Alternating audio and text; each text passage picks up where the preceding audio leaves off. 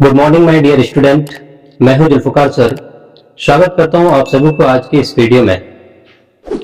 आज का इस क्लास का शुरुआत मैं चंद लाइन के साथ करना चाहूंगा कि न कर तमन्ना किसी को पाने की, न कर तमन्ना किसी को पाने की, बड़ी बेदर्द निगाहें इस जमाने की।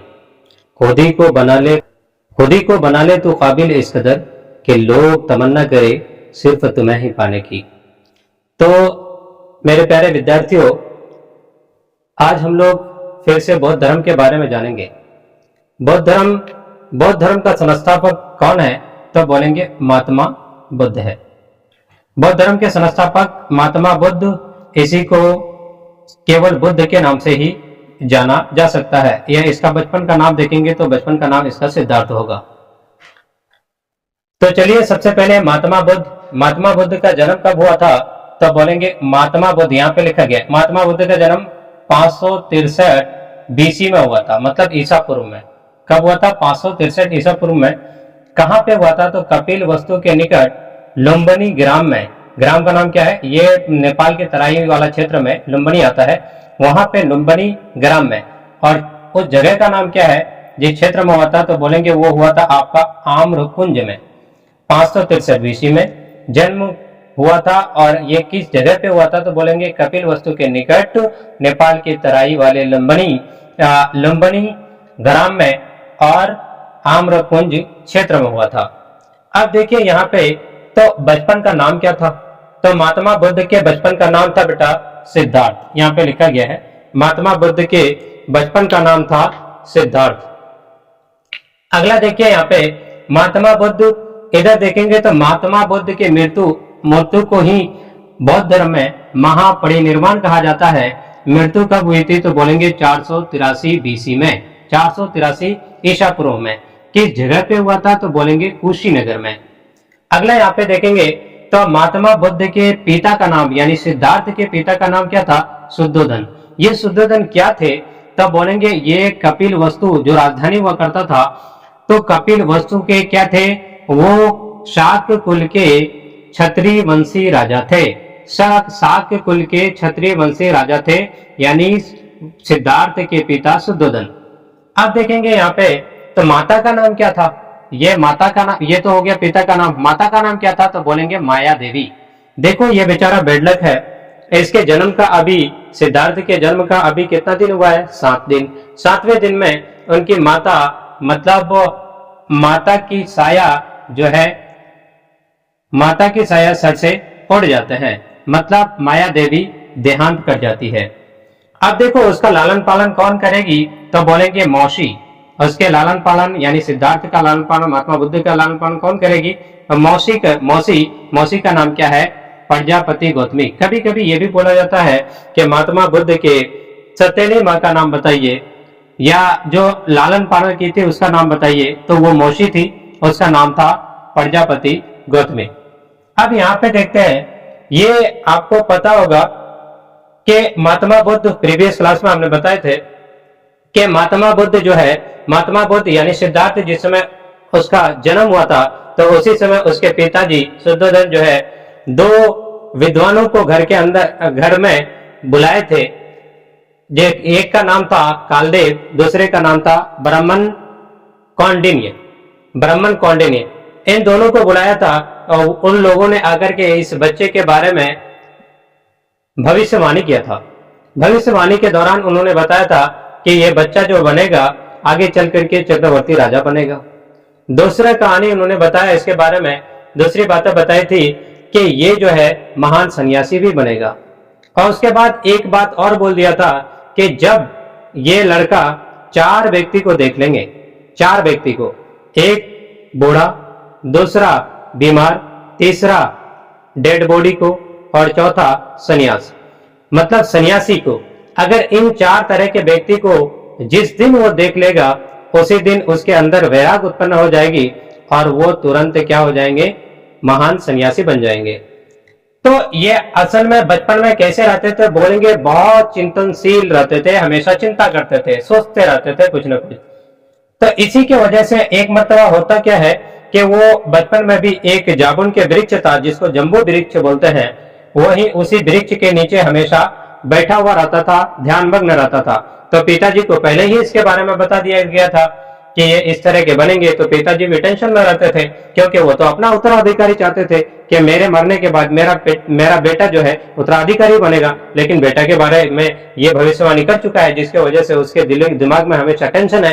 तो ये जब जम्बू वृक्ष के नीचे हमेशा ध्यान मग्न रहते थे, तो इसके ध्यान को डाइवर्ट करने के लिए उनके पिताजी ने 16 वर्ष की अवस्था में 16 वर्ष की अवस्था में कितने वर्ष की 16 वर्ष की अवस्था में एक लड़की जिसका नाम है यशोधरा, इसी यशोधरा के साथ उसका शादी कर दिया। मतलब यहाँ पे देखेंगे इस यशोधरा का अन्य नाम भी है, उसको गोपा भी बोला जाता है और दूसरा बिंबा भी बोला जाता है। तो 16 वर्ष की अवस्था में अपने बेटा यानी गौतम बुद्ध का विवाह कौन करा दिया? शुद्धोधन किसके साथ? यशोधरा के साथ। अब देखिए उससे एक बच्चा जन्म होता है जिसका नाम राहुल है। क्या है? बच्चे का नाम राहुल है। लेकिन महात्मा बुद्ध जो है अपने बच्चे से नाराज थे। कारण क्या था कि ये सन्यासी जीवन इख्तियार करना चाहते थे और ये सोच रहा है कि ये तो हमारे सन्यासी जीवन व्यतीत करने के लिए या सन्यासी बनने के लिए रुकावट पैदा करेगा, जिसके वजह से ये राहुल से नाराज थे। आप देखो होता क्या है, एक कहानी सुन लीजिए। जब ये बातें बता दी थी तो इसके दिलो दिमाग में था कि रात में किसी भी तरह से उसको सोने नहीं देना है। अगर रात में नहीं सोएंगे तो दिन में पूरे की पूरी दिन सोए हुए रहेंगे। इसी वजह से वो क्या कर रहे थे, उसके पिताजी रात में पूरी रात हमेशा उसके लिए क्या करवाते थे? डांसिंग प्रोग्राम करवाते थे, कार्यक्रम करवाते थे। तो हमेशा वो अक्सर रात में उसके साथ वो कार्यक्रम चलता था और दिन में उसको सोने का मौका मिलता था। लेकिन अचानक एक दिन होता क्या है कि महात्मा बुद्ध का आंख लग जाता है। महात्मा बुद्ध का आंख लग जाता है तो उसके इर्द गिर्द आगे पीछे सब कोई, जितने भी नृतिका थी वो सभी, मतलब जितने भी लोग थे उस प्रोग्राम कार्यक्रम में उपस्थित, वो सभी सो जाते हैं। और अचानक कुछ देर के बाद उसका आंख भी खुल जाता है। जो ही आंख खोलता है तो देखता है कि इधर उधर जाकर इधर उधर पता करता है, मेरे आजू बाजू में सब तरह के लोग हैं। किसी का बाल बिखरा पड़ा है, कि कोई निर्वस्त्र है, किसी के सर पे बदन पे कपड़ा नहीं है, तो कोई अगर सो रहे हैं तो खटराटे मार रहे हैं। इस तरह के सारी हरकतों को देखकर उन्होंने उसके दिलो दिमाग में एक चीज, वही सन्यासी जीवन के लिए वैराग उत्पन्न हो गया और वो पूरे रात ही, उसी रात, मतलब जिस रात में इस तरह का हादसा हुआ, उसी रात 29 वर्ष की उम्र में अपने बेटा राहुल और अपनी बेटी यशोधरा को छोड़कर वो घर छोड़ दिए, मतलब गृह त्याग दिए। क्या करते हैं, मतलब 29 वर्ष की उम्र में ये गृह त्याग देते हैं। अगला देखते हैं बेटा यहाँ पे, तो अब क्या होता है, तो वो ज्ञान के लिए भटकते हैं। वो गृह त्याग दिया, गृह त्याग देने के बाद वो क्या करेगा, तो ज्ञान के लिए भटकता रहा। अचानक एक व्यक्ति से मुलाकात होती है जिसका नाम है अलार कलाम। तो यही अलार कलाम उसके प्रथम गुरु भी बनते हैं और इसी अलार कलाम से एक शिक्षा हासिल करते हैं जिसको बोला जाता है सांख्य दर्शन। बेटा यहाँ पे देखिए ज्ञान की प्राप्ति, देखो यहाँ पे 29 वर्ष की उम्र में गृह त्यागा है, घर छोड़ दिया है, और ज्ञान की प्राप्ति कितने वर्ष की उम्र में, तो बोलेंगे 35 वर्ष की उम्र में हुआ था।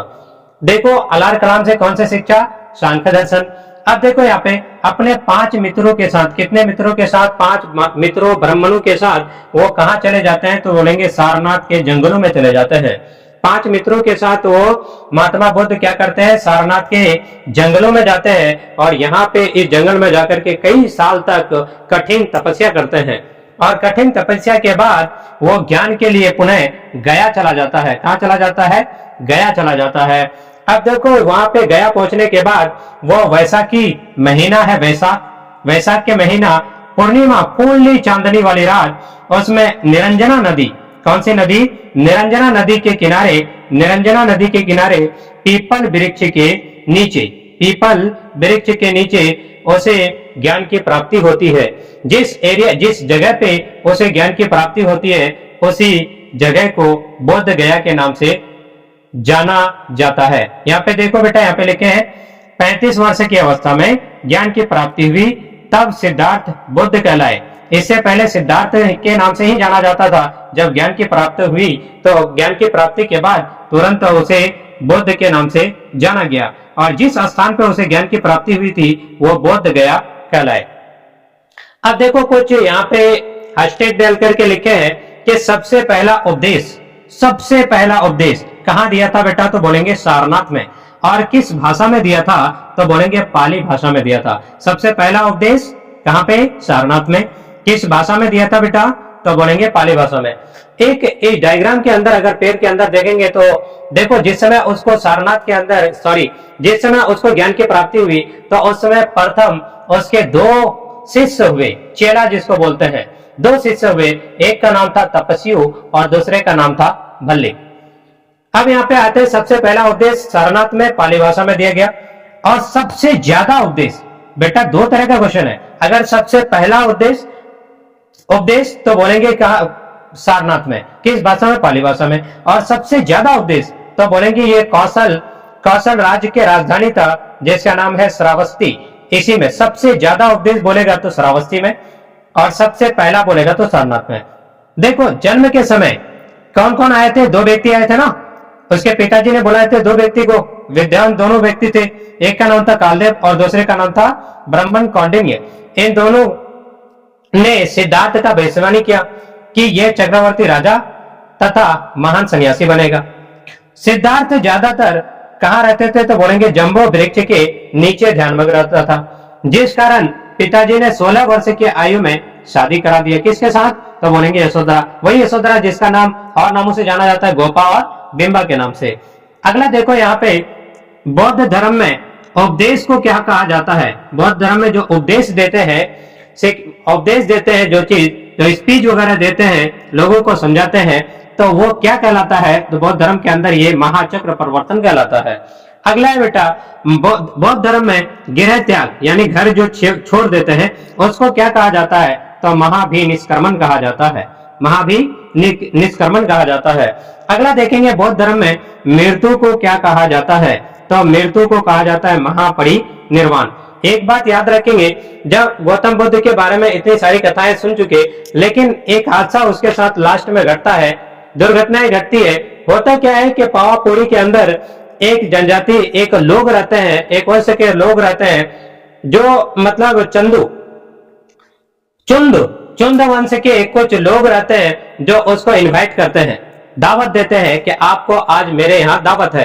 तो महात्मा बुद्ध जो है एक्सेप्ट कर लेते हैं। जब आते हैं चुंद के यहाँ खाना खाने के मतलब दावत में आते हैं, तो वो उसे कुछ ऐसा खाना खिला देता है जिसके वजह से उसके उधर में मतलब विकार उत्पन्न हो जाता है। उधर बोले तो पेट में उसका बीमारी हो जाता है, पेट में ऐंठन सा महसूस होता है, जिसके वजह से अब यहाँ पे कुछ लोग कह रहे हैं कि वहां पे चुंद के यहाँ जो जाकर खाना खाया था जिसके वजह से पेट में दर्द हो गया था। और कुछ विद्वानों का मानना है कि जब यह चुंद के यहाँ पे आया था तो उन्हें जो है मांस खिला दिया गया था, जिसके वजह से उसे पेचिस हो गया था। तो वो पावापुरी में खिलाया गया था, लेकिन वो तुरंत वहां से कहाँ आ गए, तो बोलेंगे पावापुरी से वो तुरंत कुशीनगर आ गए, लेकिन तब भी अपना प्राण नहीं बचा पाए और अंत में उसका देहांत हो गया। तो ये था देहांत का टाइमिंग 483 BC कुशीनगर में। इस तरह आज के लिए बस इतना ही।